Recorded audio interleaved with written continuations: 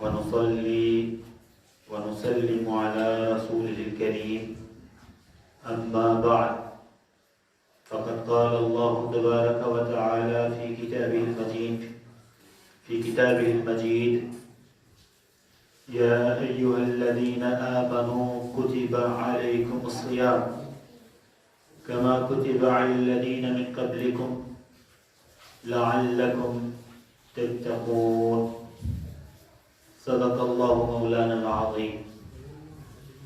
حاضرین زیوکار، اللہ رب العزت کا بے پناہ لطف اور کرم ہے کہ جس کی توفیق سے ہم آج جمعۃ المبارک کی مبارک ساعتوں میں اللہ کے حضور اس کے گھر میں موجود ہیں۔ اللہ تعالیٰ کے حضور یہ دعا ہے کہ اللہ تعالیٰ آج ہمارا یہاں پر جمع ہونا، اپنا اور اپنے حبیب کا ذکر سننا، اللہ تعالیٰ اس کو اپنی بارگاہ میں شرف قبولیت سے نوازے۔ آمین۔ اللہ تعالیٰ اس کو ہمارے حسنات میں شمار فرمائے۔ اللہ تعالیٰ اس کے ذریعے ہمیں اصلاح احوال کی توفیق نصیب فرمائے۔ حاضرین جی وقار، جو آیت کریمہ میں نے آپ کے گوش گزار کی ہے، اس میں اللہ تعالیٰ نے ہمیں 2-3 خبریں دی ہیں۔ ایک تو اللہ تعالیٰ نے فرمایا کہ اے ایمان والوں، کتب علیکم الصیام، تم پر روزے فرض کر دیے گئے ہیں۔ تو ایک تو ہمیں یہ اطلاع دی گئی ہے کہ ہم پر روزہ فرض کر دیا گیا ہے۔ پھر اللہ تعالیٰ نے فرمایا کما کتب علی الذین من قبلکم، تم سے پہلے امم جو تھی ان پر بھی روزے فرض تھے۔ تو یہ بھی ہمیں اطلاع دی گئی کہ یہ کوئی نئی بات نہیں ہے، روزہ رکھنا جو ہے یہ سابقہ امم میں بھی رہا ہے۔ اچھا، اب جب روزہ بتلا دیا گیا کہ روزہ رکھنا ہم پر لازم ہے، فرض ہے، تو اب فرمایا اس روزے کو فرض قرار دینے کی غرض اور غایت بھی متعین فرما دی اللہ تعالیٰ نے۔ فرمایا کہ بھئی روزہ تم پر فرض ہے، اور یہ فرض ہے، کیوں فرض ہے؟ یہ سوال ذہن میں آ سکتا ہے نا کہ بھئی روزہ ہم پر کیوں فرض کر دیا گیا؟ سوال ذہن میں آ رہا نہیں آ رہا؟ روزہ کیوں فرض کر دیا گیا؟ فرمایا لعلکم تتقون، یہ روزہ تم پر اس لیے لازم قرار دے دیا گیا ہے تاکہ تم تقوی اختیار کرو، تاکہ تم پرہیزگاری اختیار کرو، تاکہ تم اصلاح نفس کرو، تاکہ تم اپنے مزاج کو، اپنی طبیعت کو، اپنی سوچ کو، اپنی فکر کو، سوچنے کے انداز کو وہ اللہ اور اس کے رسول کے بتلائے طریقے کے مطابق ڈھالو۔ تو حاضرین جی وقار، اگر تھوڑا غور کریں یہاں رک کے اس آیت کریمہ میں، تو روزے کی فرضیت اور فرضیت کی غرض اور غایت اور ہدف، مقصود، دونوں کو اللہ تعالیٰ نے اس میں واضح فرما دیا ہے۔ روزے فرض کیے گئے ہیں اس لیے کہ روزہ رکھیں روایتی انداز میں نہیں، روزہ رکھیں بطور عادت کے نہیں، بلکہ روزہ رکھیں نہ اس وجہ سے کہ ایک ٹریڈیشن ہے، رمضان آتا ہے مسلمان روزے رکھتے ہیں، ہم روزے رکھ رہے ہیں، نہیں، غرض متعین کر دی، فرمایا کہ روزہ رکھو تو کس نیت کے ساتھ؟ لعلکم تتقون، اس ہدف کے ساتھ روزہ رکھنا ہے ہم نے کہ ہم تقوی کا حصول کر پائیں، تقوی کو حاصل کر سکیں۔ تو یہ جو لفظ ہے لعلکم تتقون، اس نے روزے کی مشروعیت کی غرض متعین فرما دی ہے اللہ تعالیٰ نے۔ تم پر یہ لازم قرار دیا گیا ہے، اس کو ایک شرعی فریضے کے تمہاری زندگیوں میں فرض عین کے طور پر تم پر لازم کیا گیا ہے۔ تو یہ ذہن میں رکھو کہ یہ اس غرض سے ہے کہ تم اور ہم اور آپ تقوی اختیار کریں۔ تو روایتی انداز میں ہم آج یہ سمجھ لیں گے اس بات سے کہ آج سے جو ہم روزہ رکھ رہے ہیں، اور مسلمان الحمدللہ اسی غرض سے روزہ رکھتا ہے کہ روزہ رکھیں گے اس فکر کو پیش نظر رکھتے ہوئے کہ اس کا ہدف ہم نے حاصل کرنا ہے۔ اور ہدف کیا ہے؟ تقوی ہے، طہارت ہے، پاکیزگی ہے، اپنی فکر اور سوچ اور نظریے کی طہارت بھی ہے، اپنے رویے کی طہارت بھی ہے، اور اپنے عمل کی طہارت بھی ہے۔ تو یہ غرض نص قرآنی میں اللہ تعالیٰ نے متعین کر دی۔ اب اسی بات کو کہ اس کی مشروعیت کیوں ہے، اس پر میں آپ کو ایک قول سناتا ہوں۔ امام شربلانی رحمہ اللہ ہیں، ان کی کتاب ہے مراقی الفلاح، اس میں انہوں نے حکمت کا ذکر کیا ہے کہ بھئی یہ جو اللہ تعالیٰ نے قرآن میں ذکر کر دیا نا، اس کی وضاحت میں آپ نے سوال ذہن میں یہی ہے کہ بھئی کیوں مشروعیت کیوں ہے اس کی، روزہ ہم کیوں رکھتے ہیں، کیا ہدف کیا ہے ہمارا؟ امام شربلانی رحمہ اللہ فرماتے ہیں حکمت و مشروعیت الصوم میں، اس میں مشروعیت اس میں حکمتیں کیا ہیں اللہ تعالیٰ نے جو رکھی ہیں؟ فرمایا ان بہ سکون النفس الامارہ، فرمایا کہ دیکھیے جو روزہ ہم رکھ رہے ہیں اس میں نفس امارہ کو سکون ہے حاصل ہوگا۔ نفس امارہ انسان کے اندر ایک نفس ہے ہمیں جو بدکثرت برائی کی دعوت دیتا ہے، معصیت کی طرف اکساتا ہے، جو ہمیں ایسے عمل کی طرف لے کے جا رہا ہے جس سے منع کیا گیا ہے، یا ایسے عمل اور قول اور فعل ایسی فکر کی طرف ہمیں لے کے جا رہا ہے جو قول فکر عمل اللہ کی بتلائے طریقوں کے خلاف ہے، اس میں تخریب کاری ہے، تعمیری فکر نہیں ہے، تخریب کاری ہے اس میں، تو نفس امارہ ہے، یعنی یہ بہت حکم دیتا ہے۔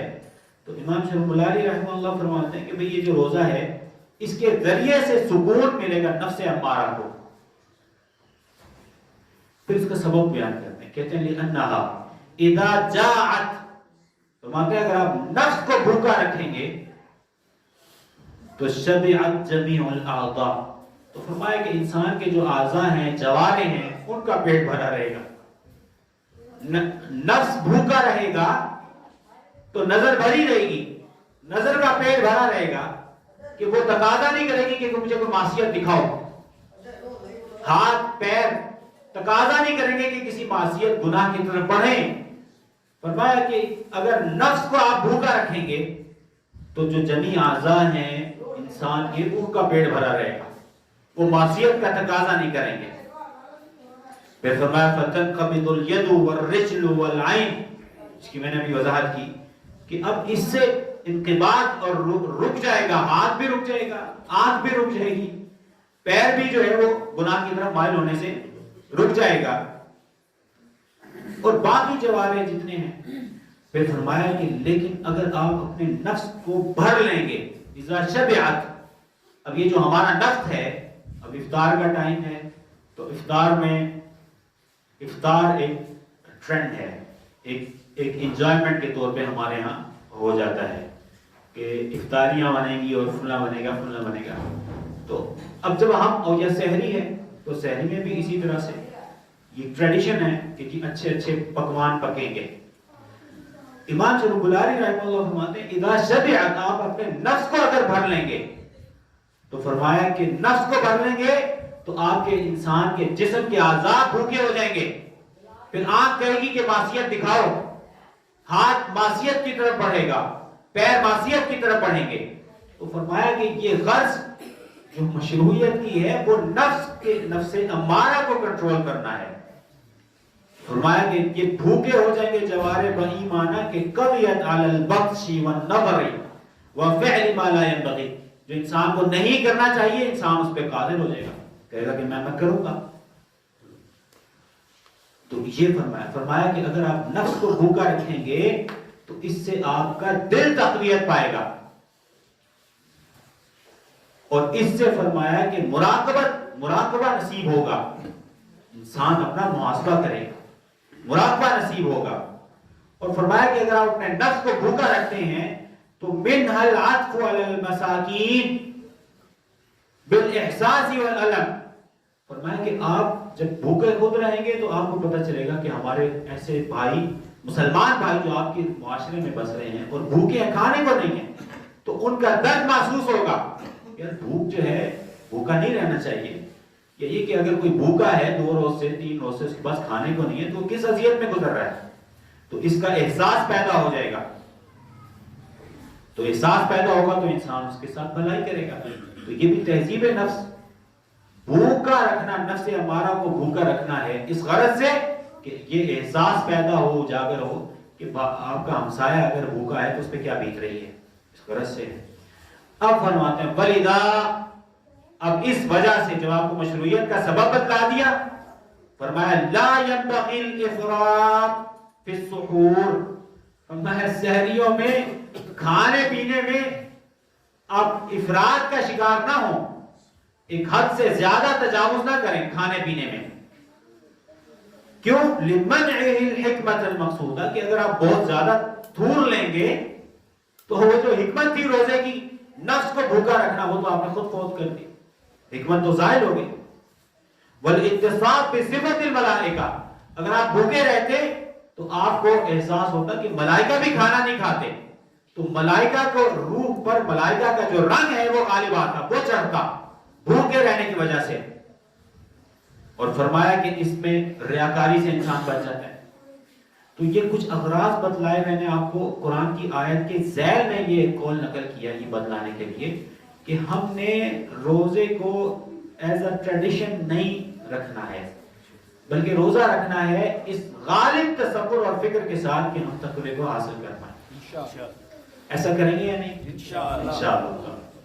دیکھیے حدیث پاک میں آتا ہے، حضرت ابو ہریرہ فرماتے ہیں ایک حدیث میں حضور نے فرمایا اذا دخل رمضان فتحت ابواب الجنہ، کہ دیکھیے جب رمضان داخل ہوتا ہے تو اللہ تعالیٰ جنت کے دروازے کھول دیتا ہے. بعض روایات میں آتا ہے آسمان کے دروازے کھل جاتے ہیں، یعنی اللہ کی رحمتوں کا نزول ہونا شروع ہو جاتا ہے.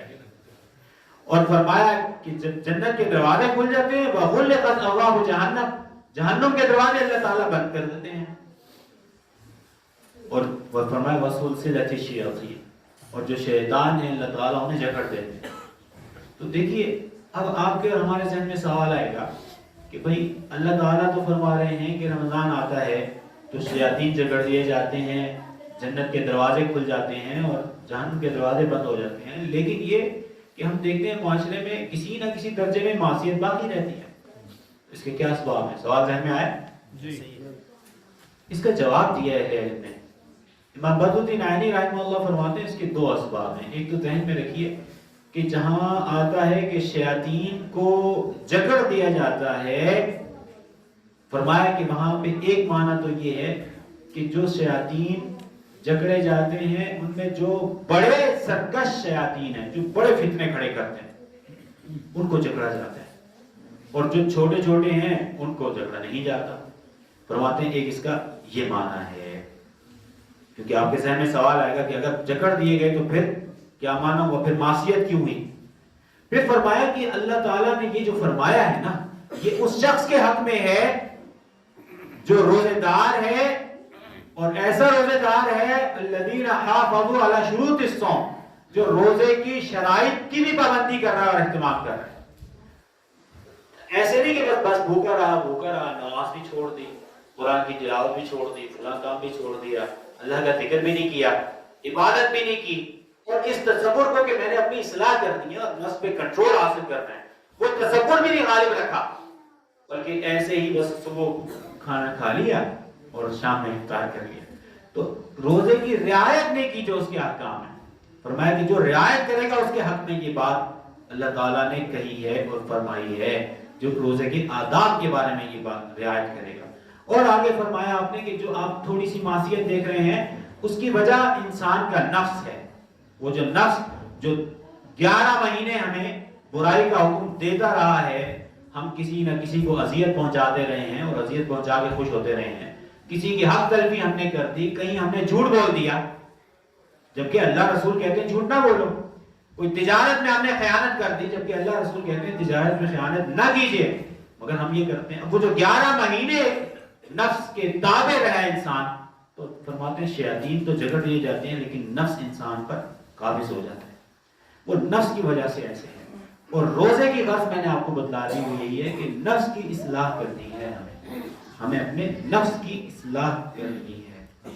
حاضرین ذوالفقار ایک حدیث پاک میں آتا ہے حضور اکرم صلی اللہ علیہ وسلم نے فرمایا اذا كان اول لیلۃ من شہر رمضان، فرمایا اذا كان اول لیلۃ من شہر رمضان، رمضان کی جب پہلی رات آتی ہے صدفت الشیاطین، شیاطین کو اللہ تعالیٰ جکڑ دیتے ہیں، ومرضت الجن، اور جو بڑے بڑے سرکش جنات ہیں اللہ تعالیٰ انہیں جکڑ دیتے ہیں۔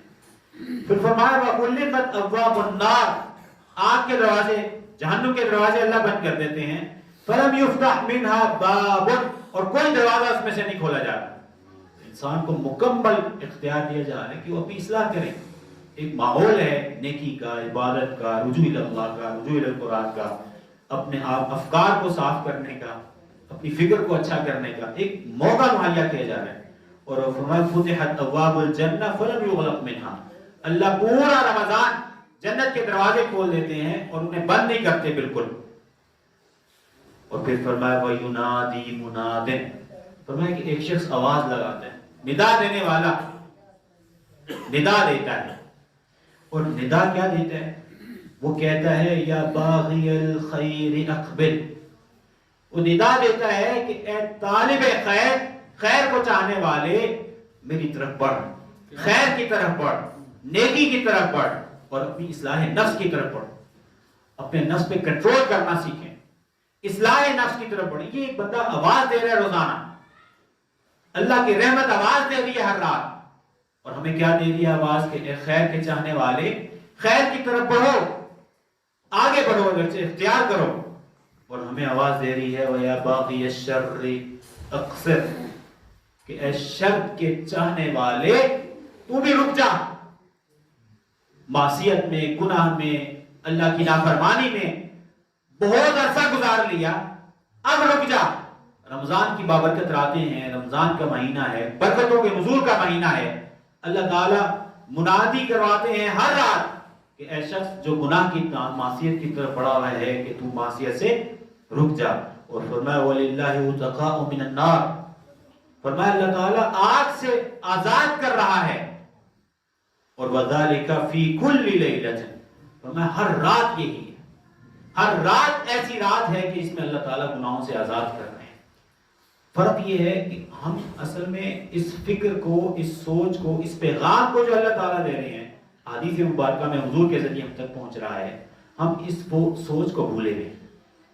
اب دیکھیے اب ہم لوگ دیکھیے سحری کے لیے بھی اٹھتے ہیں، سحری ضرور کرنی چاہیے، اس میں برکت ہے، حضور نے فرمایا تسحروا فإن فی السحور برکۃ، سحری کیا کیجئے کہ اس میں برکت ہے۔ تو سحری کے لیے اٹھتے ہیں، آپ سحری کے لیے 15-20 منٹ پہلے، زیادہ جو آپ کا جو کھانے کا ٹائم ہے اس سے 15-20 منٹ پہلے اٹھ جائیے، اور اس تصور کو ذہن میں رکھیے کہ اللہ تعالیٰ آواز لگوا رہے ہیں کہ کوئی بندہ ایسا ہے جو خیر کا طالب ہے، تو خیر کی طرف بڑھے، میں اسے خیر عطا کروں گا، اور وہ شر سے محفوظ رہے تو میں اسے شر سے محفوظ رکھوں گا۔ اس تصور کو اپنے ذہن میں غالب لائیے، اور تہجد کے 4 رکعت پڑھیں، کہ کھانا بھی تو کھانا ہی ہے نا، کھانے کے لیے بھی تو اٹھنا ہے، صرف 15-20 منٹ پہلے اٹھ جائیے اور کچھ وقت تہجد کا ادا کر لیجیے۔ حاضرین جی وقار، مولا علی قاری رحمہ اللہ نے فرمایا، میں آپ کو خلاصہ بتلاتا ہوں ٹیکسٹ پڑھنے کی بجائے، آپ نے فرمایا کہ یہ جو آپ دیکھتے ہیں کہ لوگ اللہ کی اطاعت کر رہے ہیں، توبہ کر رہے ہیں، گناہ گار توبہ کر رہے ہیں، جو لوگ اللہ کے حق میں کمزوری دکھاتے رہے ہیں وہ کمزوری سے رجوع کر رہے ہیں، اور یہ جو آپ دیکھ رہے ہیں، تو مولا علی قاری رحمہ اللہ نے فرمایا کہ یہ اصل میں یہ جو 2 ندائیں آ رہی ہیں ہر رات، کیا کہ اے خیر کے طالب آگے بڑھ، میں تجھے خیر عطا کروں گا، اور شر کے طالب شر سے بچ جا، میں تجھ پہ رحمت کروں گا، تجھے درگزر کروں گا، معاف فرما دوں گا۔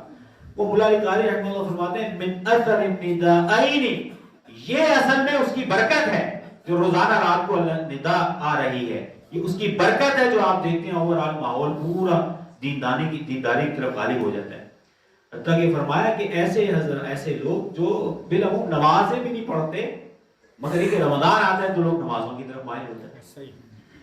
یہ پورا آپ نے پوری بات بتلائی اس طرح سے، اور فرمایا حالانکہ روزہ رکھنا جو ہے وہ نماز سے بڑی مشقت ہے، مگر لوگ روزہ رکھتے ہیں۔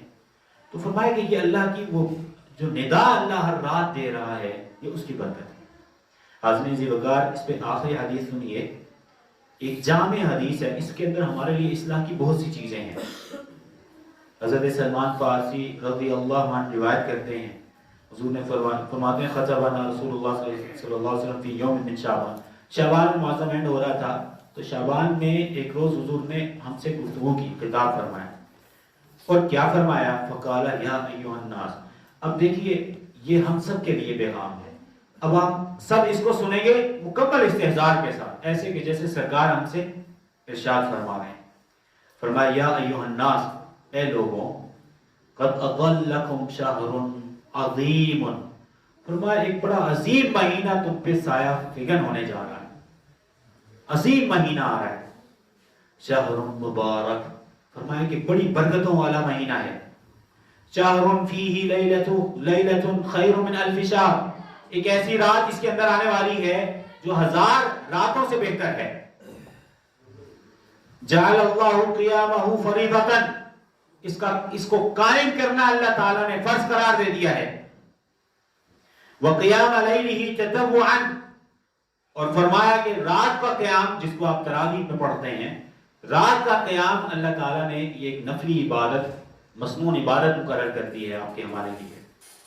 پھر فرمایا من تقرب فیہ بخصلۃ من الخیر، اس ماہ میں کوئی بھی نیکی کی خصلت سے کوئی اللہ کے قریب ہو گیا، کوئی بھی نیکی اختیار کر دی، جھوٹ بولنا چھوڑ دیا، دھوکہ دینا چھوڑنے کا ارادہ کر لیا کہ آئندہ دھوکہ نہیں دوں گا، ارادہ کر لیا کہ کسی بڑے کے آگے میں زبان درازی نہیں کروں گا، ارادہ کر لیا کہ میں کسی پہ ظلم نہیں کروں گا، جو مملوک ہے، جو میرے زیر سایہ ہے، اس میں بے جا سختی نہیں کروں گا یا درگزر کروں گا.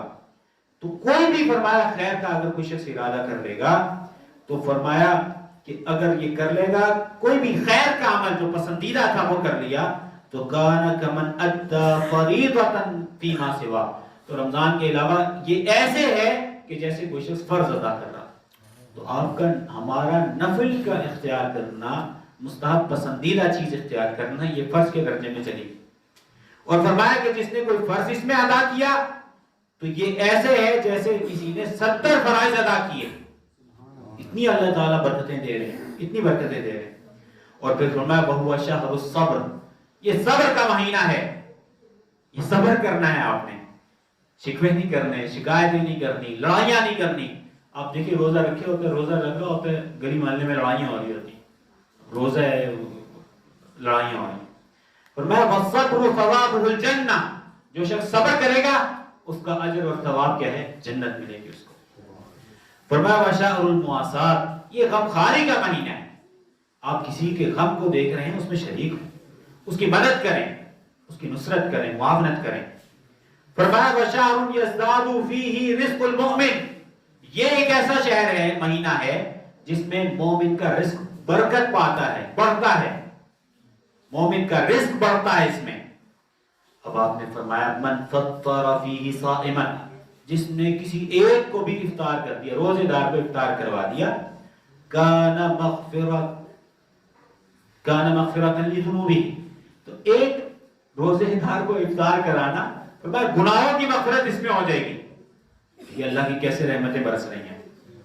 وعتق رقبتہ من النار، اور صرف یہی نہیں، گناہوں کی مغفرت نہیں، آپ ایک روزے دار کو افطار کرا دیجئے تو جہنم کی آگ سے بھی آزادی مل جائے گی. فرمایا وَكَانَ لَهُ مِثْلَ أَجْرِهِ مِنْ غَيْرِ أَنْ يَنْتَقِصَ مِنْ أَجْرِهِ شَيْءٍ، اور اجر بھی اللہ تعالیٰ ایسے ہی دے گا کہ بنا اس میں کمی بھی نہیں آئے گی، اجر بھی مل جائے گا. پھر صحابہ کرام نے عرض کیا یا رسول اللہ اگر کوئی افطار نہ کرا پائے تو اب کیا کریں؟ فرمایا لیس کلنا یجد ما یفطر الصائم، ہر ایک کے پاس تو اتنا نہیں ہے کہ وہ افطار کروائے، اہتمام کرے.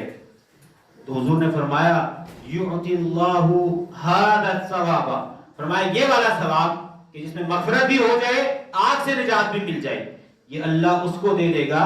من فطر صائما علی تمرۃ، جس نے ایک کھجور دے کے افطار کروایا، وشربۃ ماء، اور پانی کا گھونٹ پلا کے افطار کروا دیا، ومضغۃ لبن، اور دودھ کا ایک گھونٹ پلا کے افطار کروا دیا. یعنی آپ کو لمبا چوڑا اہتمام کی بھی ضرورت نہیں ہے. مقصود یہ ہے کہ آپ انفاق کریں، خرچ کریں، آپ آگے تقسیم کریں، جو اللہ نے آپ کو رزق دیا ہے جس درجے میں بھی دیا ہے اس میں سے کچھ نہ کچھ آگے کسی کو دیں تو اس کی 2 اجر ملیں گے، افطار کرانے کی مغفرت بھی ملے گی اور عتق من النار، آگ سے اللہ تعالیٰ کی آزادی بھی دے دیں گے۔ اور پھر فرمایا، دیکھیے بڑی اہم بات ہے، فرمایا من خفف عن مملوکہ، جو شخص جس کی ملکیت میں تھا، سربراہی میں تھا، زیر سایہ تھا، زیر دست تھا، جو آپ کے انڈر تھا، جو اگر کوئی اونچی ہائر پوسٹ پر ہے تو اس کے انڈر جو لوگ ہیں، من خفف عن مملوکی، فرمایا جو اپنے مملوک جو تابع ہے اگر اس کو رعایت دے دے، تخفیف کر دے، اس کے کام میں رعایت دے دے تھوڑی سی، غفر اللہ لہ، تو اللہ اس کو بھی مغفرت دے دے گا، وَأَعْتَقَهُ مِنَ النَّارِ، اور آگ سے بھی آزاد کر دے گا۔ پھر فرمایا وَاسْتَغْفِرُوا فِيهِ مِنْ أَرْبَعِ خِصَالٍ، فرمایا لوگوں دیکھو رمضان آ گیا ہے اور بڑا عظیم مہینہ ہے، 4 خصلتیں، 4 صفات، 4 عادتیں ایسی ہیں ان کو اپنا لو۔ کیا فرما رہے ہیں اللہ کے رسول؟ 4 باتوں کو، صفات کو، خصال کو، اچھی طریقوں کو اختیار کرنا ہے۔ فرمایا خصلتین ترضون بها ربکم، فرمایا 2 ایسی خصلتیں ہیں، عادتیں ہیں جن سے تم اپنے رب کو راضی کرو گے۔ 2 خصلتیں کیا ہیں جن سے رب راضی ہوگا؟ اور وخصلتین لا غنی بکم عنہا، اور 2 خصلتیں ایسی ہیں کہ جن کا تمہارے بغیر، تمہارا انہیں لیے بغیر چارہ نہیں۔ تو 4 چیزیں اختیار کرنے کا فرمایا۔ فرمایا مل خصلتان اللتان ترضون بها ربکم، فرمایا کہ وہ خصلتیں جن سے تم اپنے رب کو راضی کرو گے، فشہادت ان لا الہ الا اللہ، یہ گواہی دو بھائی بار بار کہ اللہ کے سوا کوئی معبود نہیں۔ مشکل ہے بتنا ہے، مگر یہ کہ استحضار کے ساتھ ذہن میں اللہ کو حاضر، یعنی اللہ کو اپنے آپ کو اللہ کے حضور حاضر سمجھتے ہوئے کہیے کہ اللہ کے سوا کوئی معبود نہیں۔ اور دوسری خصلت فرمایا تستغفرون، بس اس سے مغفرت مانگتے رہو، چلتے پھرتے اٹھتے بیٹھتے مغفرت مانگو، معافی مانگو اس سے، تو اس سے استغفار کرو۔